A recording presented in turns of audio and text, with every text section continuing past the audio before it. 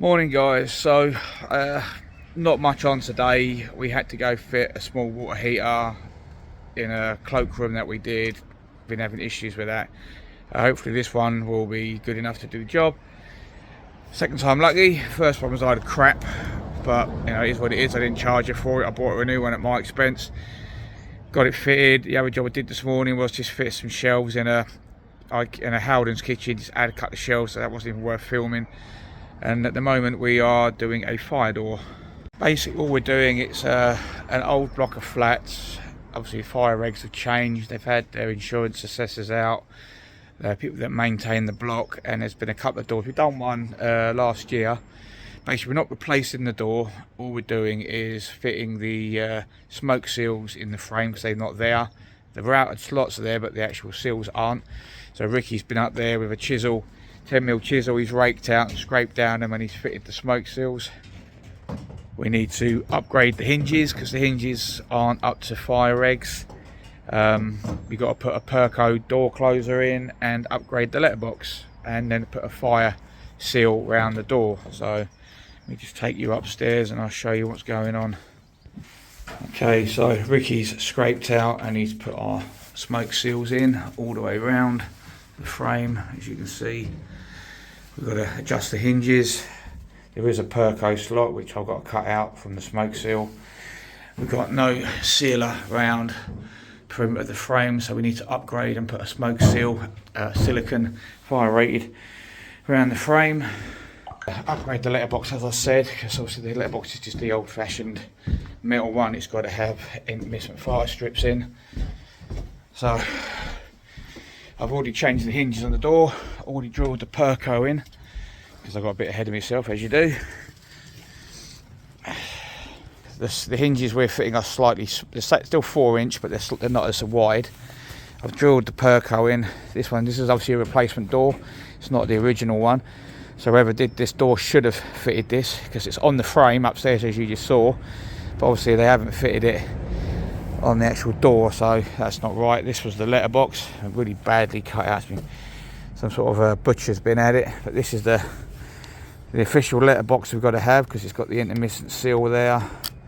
So we're going to cut that into there, get that fitted. Basically all we're doing, we're just making a door what it should be. I will put, because this opening on the letterbox is a bit big, once I've got it cut out and I've provisionally screwed it, I'm going to put some fire seal around it as well where it's slightly bigger, just to seal the gap up. But anyway, let's get this letterbox cut out. Okay, so we've basically squared off the door from the edge, got it nice and square so we get a nice level line, and basically just drawing around it. As you can see, I'm trying to make good of what's already here. They're not going to pay out for a new door. They haven't been told to, they've just been told to get the door prepped. So we're just going to cut this out with the jigsaw, clean this up, get it all nice and square. I will then stick this in and get it in place, and while it's in I will then put some fire seal around it to make sure this gap's sealed up properly, so that in the case of a fire this will actually activate and do as it's supposed to do.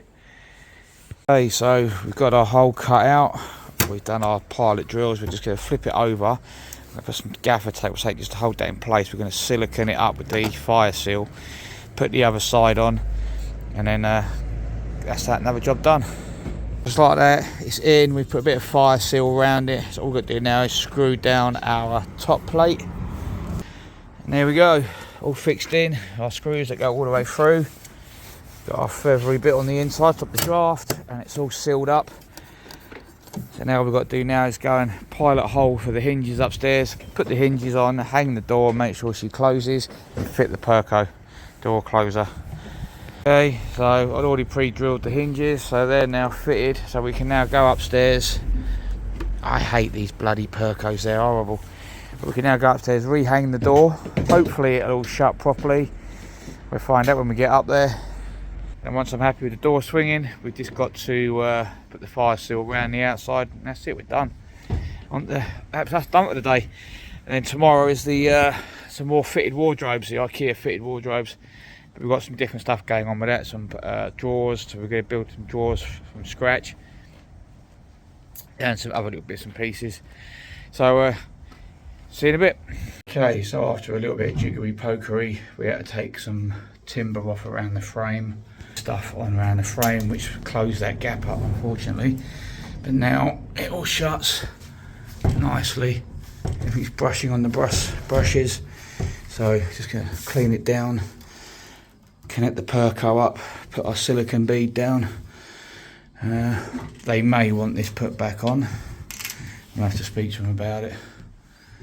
That's it. That's the shortest video I've done in a very long time, but that's us done for the day.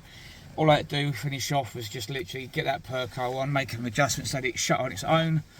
You do that just by winding it up.